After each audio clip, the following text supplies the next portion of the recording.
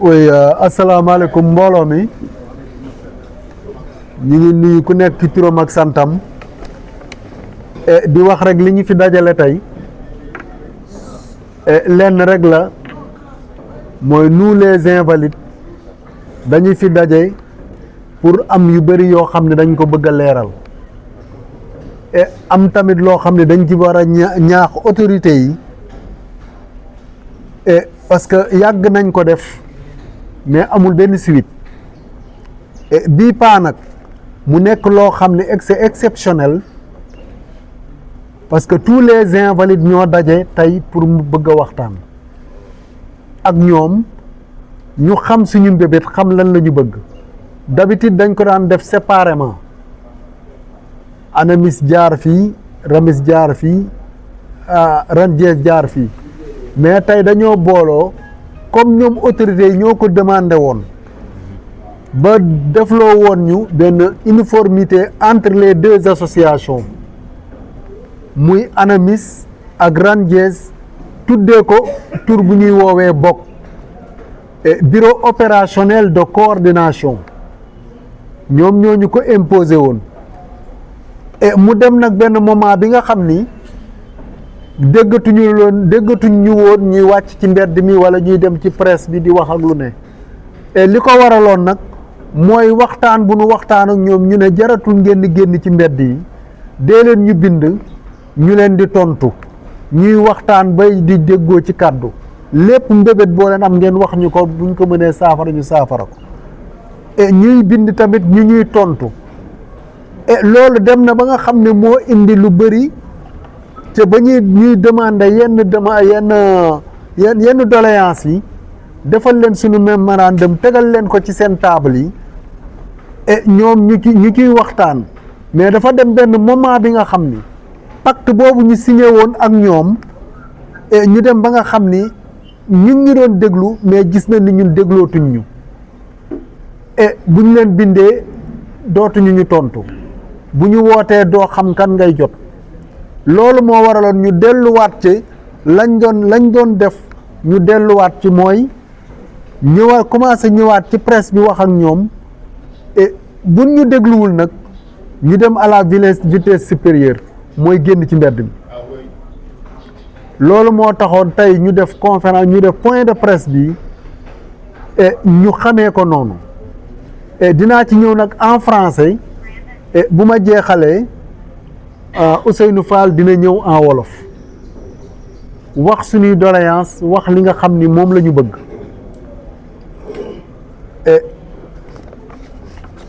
bu ko defee je vais débuter en français incha allah bu ko defee dina am quelques intervenants après ñoo xam ne dinañ jël parole wax ci lu ndaw mais ñu gàttal wax ji quoi voilà. Mesdames, Messieurs, les journalistes, Mesdames, Messieurs et les invalides, le regroupement des anciens militaires grands mutilés de guerre du Sénégal, RAMGMGS, en collaboration avec l'Association nationale des anciens militaires invalides du Sénégal, ANAMIS, les veuves et orphelins, sommes profondément préoccupés par la situation actuelle de nos familles. Nous avons sacrifié nos vies et toute notre jeunesse pour le bien-être de ce pays. Malgré les efforts du régime précédent qui avait procédé à l'amélioration très insuffisante de nos prises en charge, nous constatons que les blessés de guerre et invalides continuent de souffrir dans la lenteur pour retrouver l'évolution de leurs conditions de vie.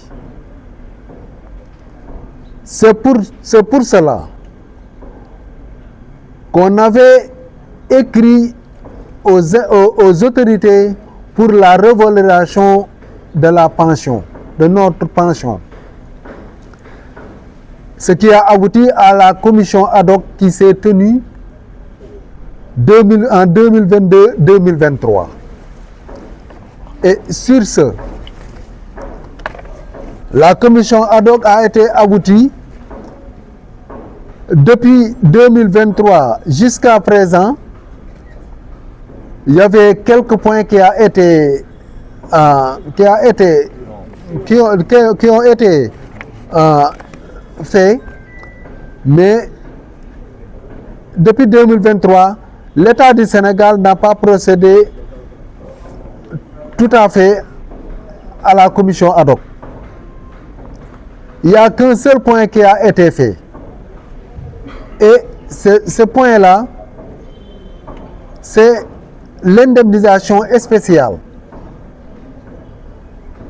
qui a procédé au paiement intégral de cette commission dont les montants varient de 2 millions à 5 millions. Et à ce jour, environ 70 militaires invalides et mutilés n'ont toujours pas été payés. Nous demandons le règlement immédiat et total des montants dus à toutes les personnes concernées. Et il y a d'autres points qui n'ont pas été encore faits. Le deuxième point, c'est le quota des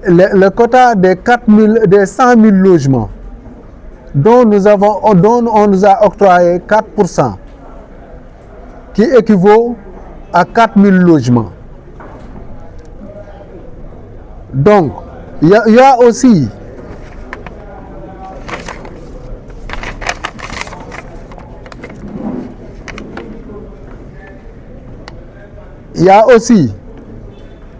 donc les emplois réservés qui ont été retenus pour la commission ad hoc pour les invalides qui sont en mesure de travailler. Sinon, nos enfants qui ont des diplômes et qui peuvent exercer. Sur ce, il y a aussi le paiement régulier des pharmacies. Et sur ce,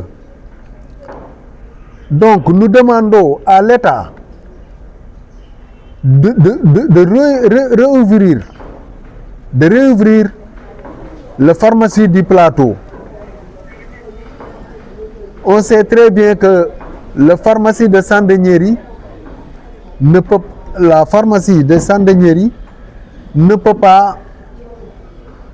pas satisfaire les invalides.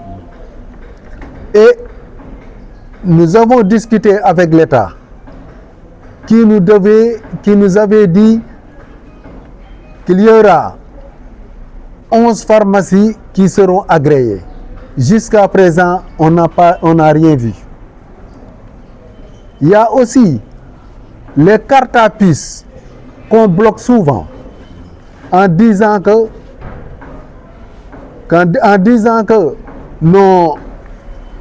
les médicaments l'État ne peut pas subvenir à ces médicaments, ce qui n'est pas normal. Donc nous demandons à l'État de revoir la condition des pharmacies, de payer les pharmacies à échéance pour qu'il n'y aura pas de rupture. Donc nous revenons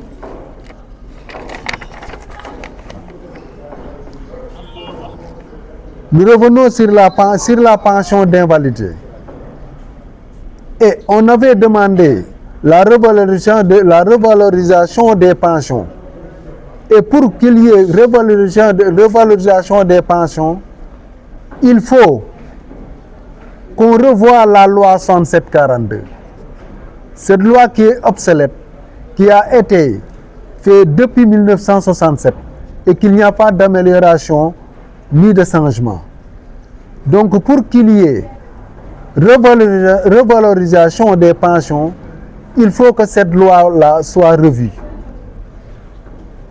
C'est pour cela qu'on demande à l'État de faire de changer cette loi.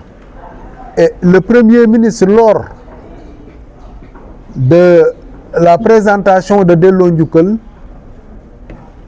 avait dit dans ses propos que la revalorisation des pensions sera faite. C'était, si je ne m'abuse, le 12 octobre 2024. Jusqu'à présent, on n'a rien vu. On a même fait une lettre qu'on a déposée dans son bureau avec le nom doléance. Jusqu'à présent, il n'y a rien qui s'est fait. Donc, on veut la continuité de la commission ad hoc. Cette continuité-là nous permettra nous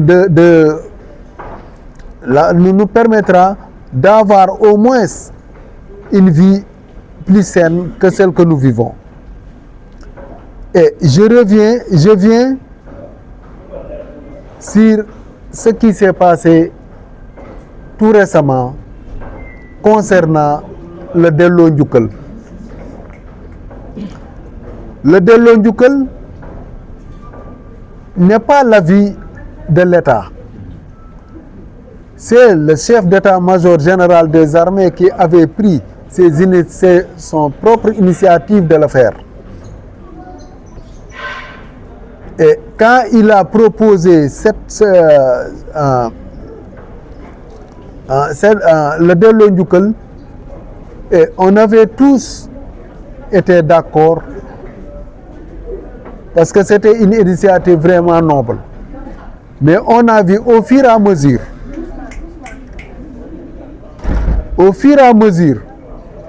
que le Dello Ndioukal se fait, on n'a pas vu, nous les invalides, ce que on n'a pas encore vu. Parce que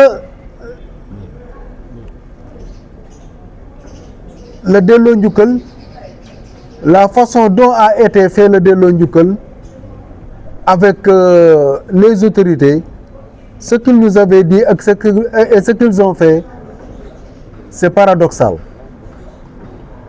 On nous avait dit, nous les grands invalides et mutilés militaires, de faire une proposition concernant ce que nous voulons.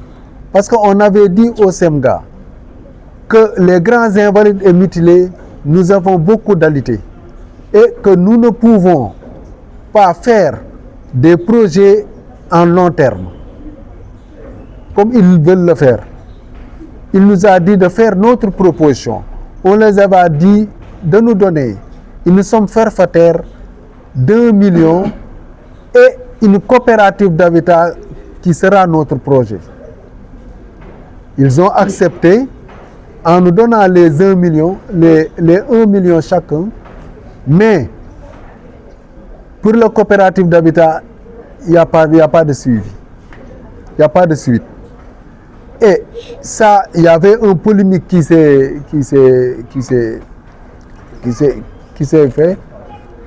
passée.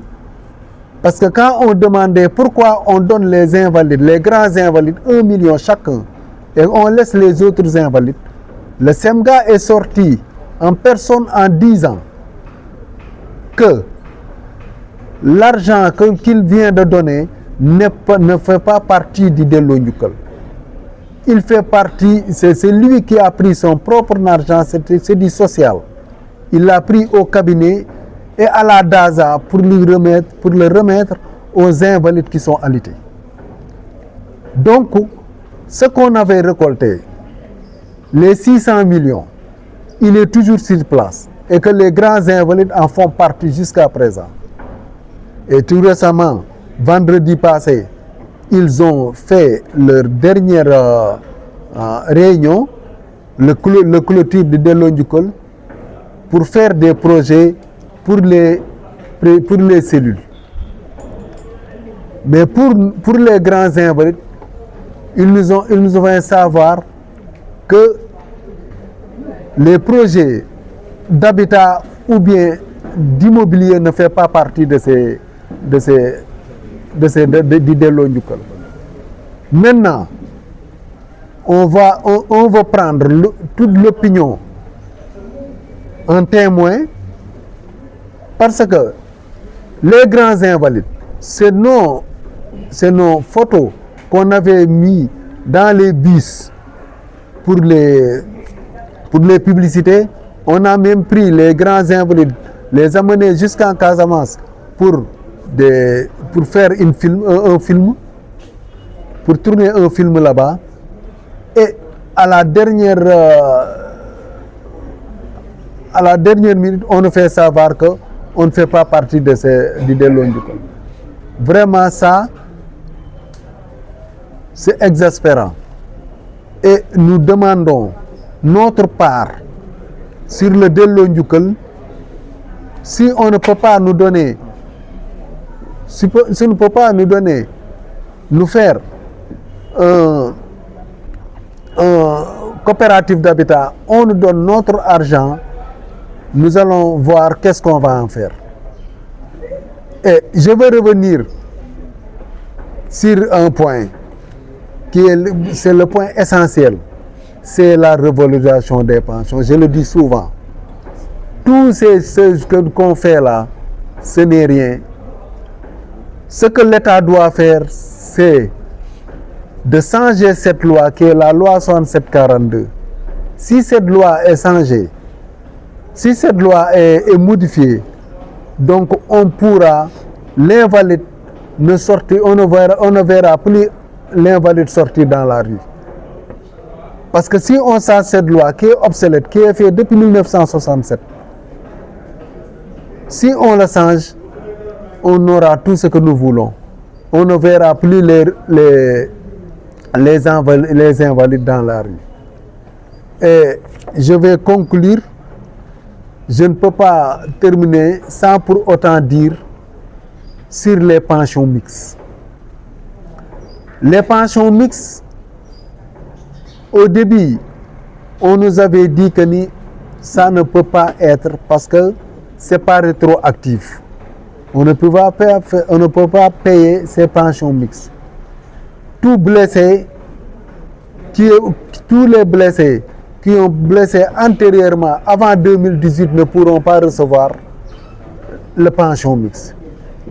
Et donc, on a écrit, on a sorti dans les rues jusqu'à obtenir gain de cause.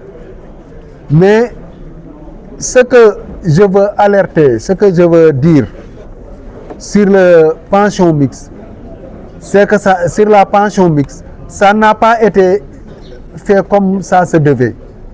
Parce qu'on a pris 50 000 francs qu'on a donné à tous les invalides pour leur dire que c'est ça la pension mixte. Ce qui n'est pas normal. Parce que la pension mixte, pour l'avoir, on vous dit que de l'intéressé, l'invalide ne doit pas faire carrière. Il doit faire entre 1 an et 16 ans de service, 15 ans de service. 15 ans, 6 mois. Et pour avoir la pension mixte, on doit donner à l'invalidité donc une annuité de 20 ans. Échelon 1, échelon 2. On doit considérer l'invalide comme quelqu'un qui a fait 20 ans de service. Et quand vous voyez, on donne 50 000 francs à tous les invalides en même temps, ça pose problème. Ça veut dire qu'on a été guillotiné. Et nous demandons à l'État de revoir ces pensions-là. Sinon, nous, en tant qu'invalides, on va voir des experts, on va voir des juristes pour voir qu'est-ce qu'on va faire pour rentrer dans nos droits. Et nous remercions tout le monde d'avoir assisté, d'avoir d'être venus sur ce point de presse. Et nous remercions aussi les gens qui sont venus dans les régions. Vraiment, c'est difficile. Tout le monde sait que c'est difficile en ce moment, avec les maigres pensions, de se déplacer de Ziguinchor ou bien de Saint-Louis ou bien de Kaolack, de venir jusqu'ici. Et nous remercions tout le monde. Nous remercions aussi les veuves d'être venus parce qu'ils font partie, ils font partie de nous. Veuves et fils militaires, ils font partie de nous. Et je pense que tout ce que nous luttons, si nous luttons quelque chose, c'est pour les invalides et pour les veuves, pour qu'ils reçoivent leurs droits comme nous. Et on remercie tout le monde. Je donne la parole à Ousseynou Fall pour qu'il fait le discours en Wolof.